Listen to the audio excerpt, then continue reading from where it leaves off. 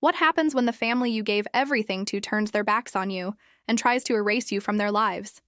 This is Hannah's story of betrayal, silence, and finally reclaiming her voice. Sometimes breaking away isn't just an option, it's the only way to survive. I used to believe that dedication would eventually be rewarded, a simple truth I clung to, one I thought was universal and unwavering. But that afternoon, the cold clarity of betrayal settled in the silence of an old document folder. It was a Saturday like any other, or so I thought. I had stopped by my parents' house in Salem, Oregon, as I did every weekend. The two-story red brick home, a steady fixture in my life for nearly a decade, had been a second home for me. Tile by tile, screw by screw, I had helped renovate that house. I had paid their mortgage for the last few years, fixed the leaking pipes in the basement, and replaced the roof shingles battered by relentless winter storms. I did it all. I loved them because I believed family was an unbreakable bond. My mother, Denise, wasn't tech-savvy. She relied on me to help her sort through bills, organize tax papers, and scan important documents. That day, as she disappeared, behind the house to tend to her orchids, she handed me a messy stack of papers. "Can you take a look at this for me?"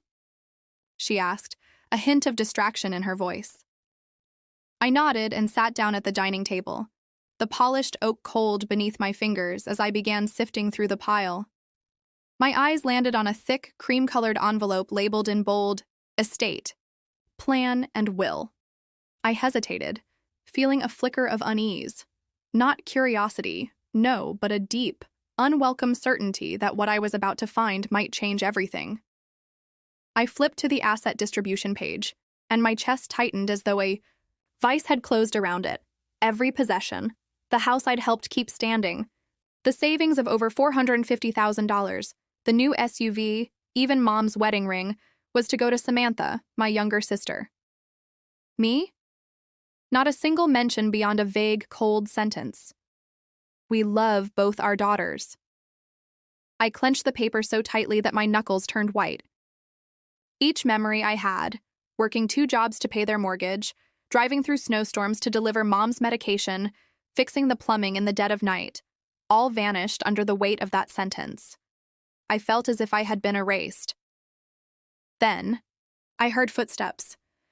Mom was back inside, the faint click of her heels on the hardwood floor. "Hannah, did you find the statement?" I stood, paper in hand, and met her gaze, calm. Unnervingly calm. "Mom, is this real?" Her face froze, eyes flickering between me and the document. "Oh, Hannah, what does that mean?" I cut her off. My throat tightened, but each word was sharp, slicing through years of silent sacrifice. A lifetime of caring for you and Dad. And I'm written off like I never existed.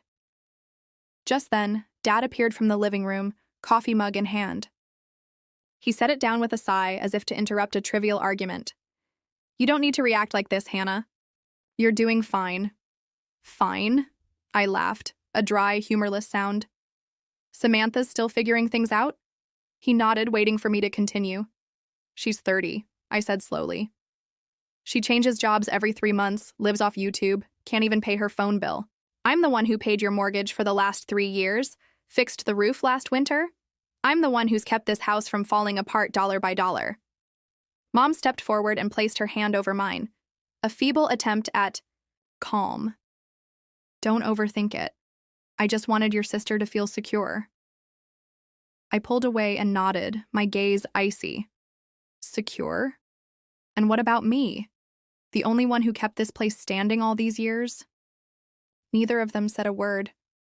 I placed the will back on the table, like returning a declaration of war. "Thanks for showing me where I stand." I walked to the door without looking back. No one called out after me. For the first time in years, I didn't feel hurt. I felt empty. A hollow, chilling emptiness that settled deep inside my bones. That was the last time I set foot in that house. 2 weeks passed in silence. No calls, no messages, as if I had never existed in their world. I told myself if they had even a shred of conscience, they would reach out.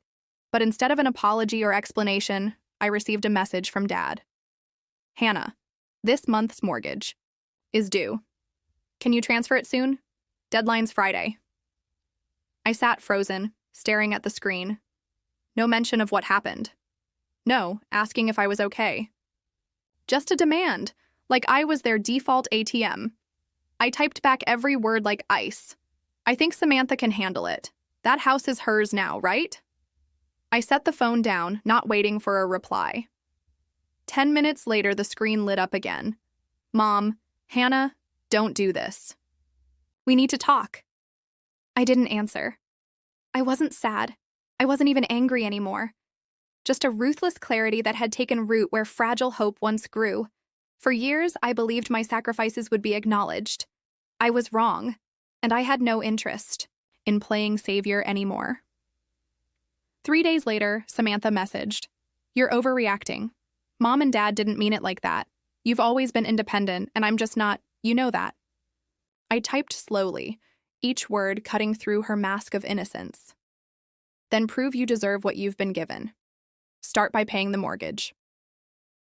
No response.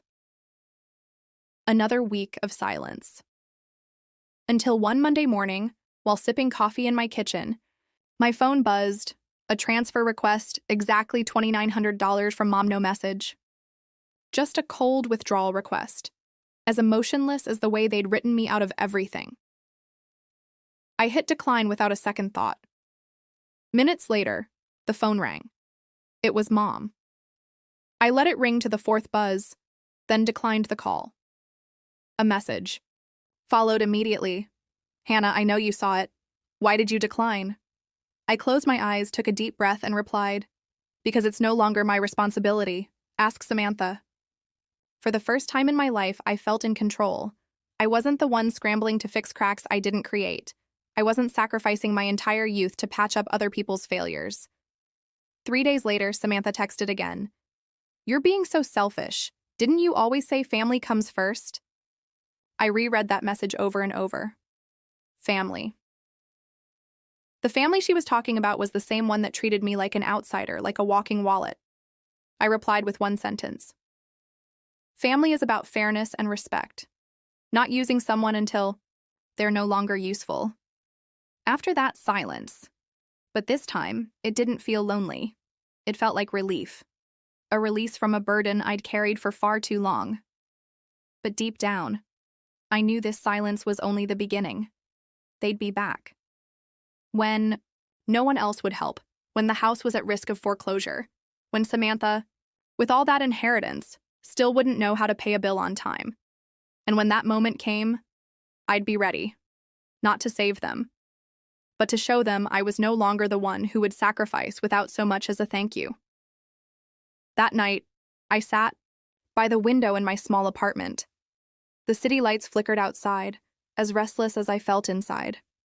I sipped my tea slowly, feeling a quiet strength rising with each breath. For the first time, I realized that sometimes letting go was the only way to move forward. I thought it would be simple, Samantha whispered, her voice barely audible. Just like before, I didn't mean for it to get this bad. I looked at her, really looked, and for the first time in weeks, something softened inside me. Not forgiveness, no, that was too far, but a flicker of understanding. She was drowning in the aftermath just as much as I was, but drowning didn't excuse the years of ignoring responsibility, the way she let everything fall apart while I held it together. I shook my head slowly, my voice steady but firm. Life isn't simple, Samantha, and it doesn't fix itself if you keep pretending someone else will clean up your mess. My parents stayed silent, their faces a mix of shame and desperation. I saw it now. Their fear wasn't about losing a house or money, but about losing control, losing the narrative where I was the dependable daughter, the one who never said no. "Well, I'm done playing that part," I said, turning away. "If you want to save that house, you'll have to do it without me." Before they could say anything else, I walked past them, feeling the weight of years lift off my shoulders, even if the path ahead was uncertain. As I closed the door behind me, I realized that this was more than just about a house or money. It was about reclaiming my own life on my terms. Part 2. The truth unfolds. I had hoped the truth would make them reflect and quietly step back out of pride. But I overestimated the self-awareness of people who've always lived off others. A week later, I got a message from Olivia, a close coworker at the art center. "Hannah, are you on Facebook? You should check your mom's page. She's posting some unbelievable stuff." My hand trembled slightly as I typed Denise Baker into the search bar. Her timeline was filled with emotional posts, flower photos, and inspirational quotes. But what made me freeze was one standout post with a picture of our old house attached. It's heartbreaking when your daughter turns her back on family, abandoning sick and aging parents, refusing to help in our time of need after everything we sacrificed for her. The post had over 80 shares. The comments were full of sympathy, comfort, and judgment for the ungrateful child. I bit my lip, scrolling further, and saw another post, this one from my dad, Richard. We thought Hannah was someone who loved her family, but when we needed her the most, she walked away without a word. The house is about to be taken, and she acts like nothing's happening. Then came a post from Samantha with a mocking tone. Some people are only kind when they're above you, looking down. But when family asks them to step down and help, they choose silence. That's today's version of strong, I guess. I gripped my phone tightly. I wasn't angry. I wasn't even shocked. I was tired. When guilt didn't work on me anymore, they turned to public shaming. But they forgot one thing. I wasn't silent anymore. That night, I opened my laptop and logged into Facebook, which I rarely used. I made a single post, no background color, no fancy design, but every word was clear as daylight. My family is sharing a one-sided story. So to be fair, here's the truth from my side. I attached a photo of the will, with Samantha's name as the sole beneficiary, posted snapshots of the mortgage payments, utility bills, and insurance, all under my name. Then I included the last text I got from my mom, asking for $2,900 to save the house. I ended with one line. My silence wasn't consent. I was just waiting for the right moment to tell the truth. That moment is now. Within 10 minutes, the first comment appeared. "Hannah, you seriously did all of this? I can't believe it." An old friend commented, "You're one of the kindest people I know. Don't let anyone make you doubt that." One by one, people started sharing the post. Some who had known my parents chimed in, many expressing surprise. I always thought Samantha lived pretty recklessly. Now it makes sense. No one should be taken advantage of like that, especially not by their own family. My post spread quickly, not because it was sensational, but because it was real. It was honest, and it didn't shy away. 2 days later, my mom took down all her posts. My dad deactivated his account. Samantha changed her profile picture to a black and white flower, the vague, dramatic move she always made when things slipped out of her control. I didn't respond. I didn't post anything else. I just sat in my apartment listening to the rain tap softly on the window, and for the first time felt justice on my side. I didn't need an apology. I didn't need them to bow their heads. I just needed them to stop. And it seemed finally they understood. I wasn't someone they could manipulate anymore. One post was enough to end the years I'd been forced into silence. And now I was writing the next chapter. Not on social media, but in real life. Since that day I posted, I haven't heard a word from Mom, Dad, or Samantha. Everything has been as still as a forgotten lake after a storm, but not the silence of waiting. This was the silence of acceptance. They had lost the only person who always came back after they broke everything. I was the opposite. I began to live. Every Monday morning, I headed to the art center to teach my first photography class for high school students. The way their eyes lit up holding a camera for the first time, the way they viewed the world through a lens, it reminded me that not everyone sees the same thing, and sometimes you have to choose your angle.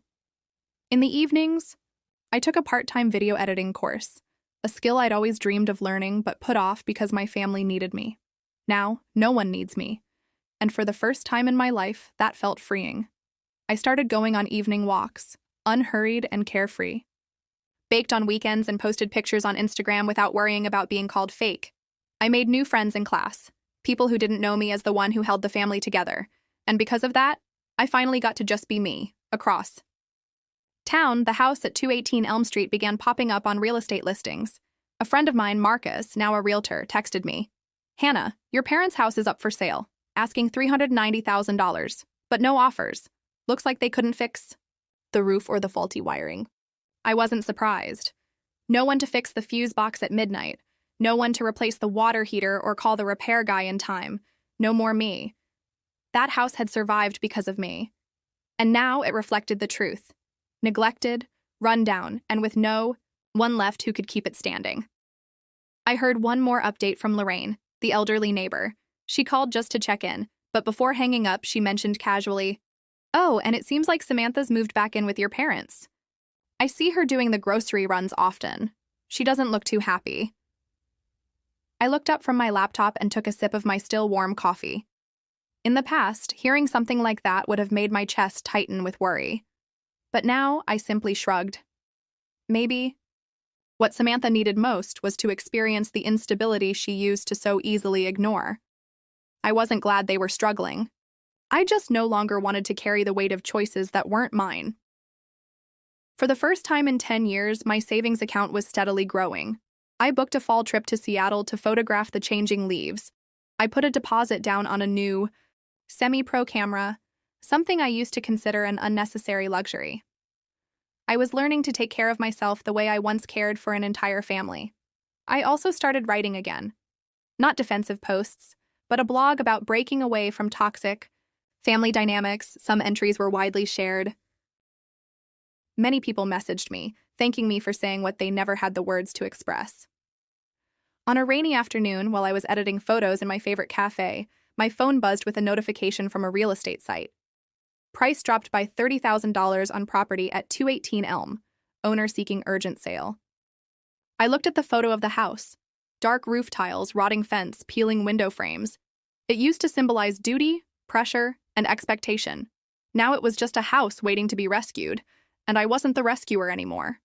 I tapped hide. Notification, closed my phone, and smiled a soft smile. Lighter than air, but deeper than any sigh I'd swallowed over the years. I didn't belong there anymore. One early winter afternoon, I was walking around Liberty Lake with my new camera. The golden light of dusk cut through bare branches, casting soft beams across the water. I stopped, raised my camera, and captured the perfect frame. A little boy running in the distance, his mother behind him laughing and calling out. In that moment, I realized some things aren't meant to be held onto because they were never truly yours to begin with. I used to believe family was something you could never lose, that blood was an unbreakable bond. But now I know the thing that makes a family real isn't DNA, it's respect and gratitude. I had given everything in hopes of being seen, and in return, I became the name left off a will, the one called dramatic, for refusing to carry others' burdens any longer. I wasn't angry anymore. Not really. I had just let go. They still lived there, in that old house now listed for the third time. Word was, whenever someone came to view it, Samantha tried to act like a responsible homeowner. But when asked about maintenance records or repair bills, she'd just smile awkwardly because all those years no one ever taught her what to do. I never went back. Not once. My mother once sent me a handwritten letter sealed in a familiar blue envelope with handwriting I knew by heart. She wrote about her sleepless nights, not knowing where to begin again, that your father isn't as strong as he used to. At the end, she wrote, "I don't know how much time we have left to fix things, but if you're willing, I'm still here." I folded the letter. I didn't tear it. I didn't reply. I placed it in the drawer beneath my desk next to undeveloped photos and half-finished drafts. Things that needed time to be understood and accepted. I didn't hate them, I just no longer had the strength to keep sacrificing without being heard. I kept working, kept teaching, kept creating and capturing. I even held a small photo exhibit at a friend's cafe, showcasing images that traced my healing journey.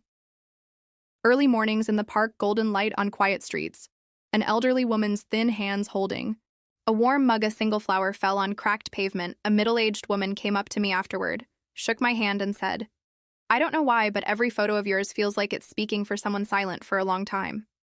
I smiled, saying nothing, because she was right. I had spent my life staying quiet. For peace, for the role of the good daughter, for the hope that enough giving would earn me the love I longed for. But now I've chosen a different kind of peace. Not one that comes from others' approval, but from finally choosing myself. I've learned how to love myself unconditionally. I've learned to say no without guilt. I've learned to let others face the consequences of their own choices. And, most importantly, I've learned not to look back. They're still my family on paper, in memory. But they're no longer at the center of my every decision. I don't know what the future holds, whether there'll be a reunion or if things will remain as they are. But that doesn't matter anymore, because in the end, I finally understand. Family isn't just the people who share your last name. Family is the people who value your presence, the ones who don't treat your kindness like a duty, the ones who make you feel seen and chosen. And if none of them can do that, that's okay, because I have a family. Me, and I don't need to look anywhere else. My story isn't a tragedy, it's an awakening. I once believed that love and sacrifice would always be rewarded. That family was unshakable. But the truth is, no one deserves to be taken for granted, not even by their blood. I've learned to set boundaries, to walk away when necessary, and to choose myself without regret. Now, I live with lightness, freedom, and peace. Not because they changed, because I changed myself.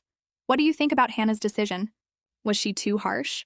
Or was this the only way to truly protect herself? Share your thoughts in the comments below. And don't forget to follow the channel for more heartfelt stories about real families.